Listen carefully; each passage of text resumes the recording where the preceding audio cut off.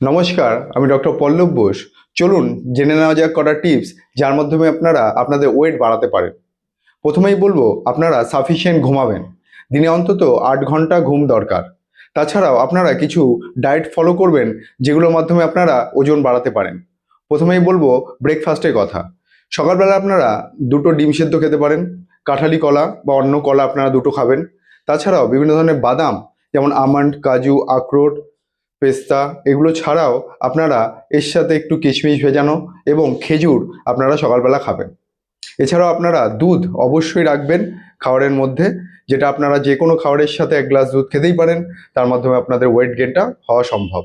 এবার আমরা চলে আসি লাঞ্চে। আপনারা লাঞ্চে অবশ্যই ভাতটা রাখবেন। আগে যেটা খেতেন তার চেয়ে অবশ্যই পরিমাণে একটু বেশি খাবেন ভাত। তার সাথে আপনারা একটু মিট রাখবেন, সেটা চিকেন হতে পারে, মাটন হতে পারে।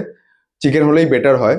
তাছাড়া তার সাথে ডিম থাকতে পারে, অথবা মাছ থাকলে অন্তত 150 গ্রামের মাছ আপনাদের খেতে হবে।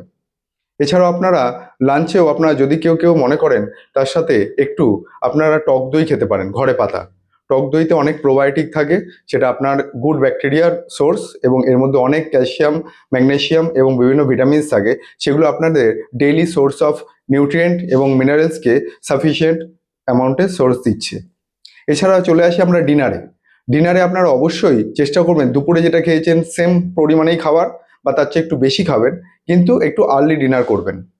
ডিনারে অবশ্যই ভাত বা রুটি খাবেন, তার সাথে দুধ রাখবেন অথবা টক দই, এবং আপনারা সবজি সাফিসিয়েন্ট এবং প্রোটিনটা সাফিসিয়েন্ট নেবেন। ওয়েট গেনের জন্য প্রোটিনটা আমাদের খুব প্রয়োজন। সাফিসিয়েন্ট প্রোটিন যদি আমরা নিতে পারি, প্রত্যেক কেজি ওজনের সাথে 1 গ্রাম প্রোটিন, এই একটা ফর্মুলা যদি আপনি মেনটেন করে চলতে পারেন, আপনাদের ওয়েট গেন হওয়া খুব সহজেই ওয়েট গেন হবে। এগুলো আপনারা খেয়াল রাখবেন এবং সাফিসিয়েন্ট ঘুম যেটা বললাম, সাফিসিয়েন্ট জল খাবার খাবেন, এগুলো একটু মেনটেন করে চলুন, তাহলেই আপনাদের ওয়েট গেন হবে। নমস্কার।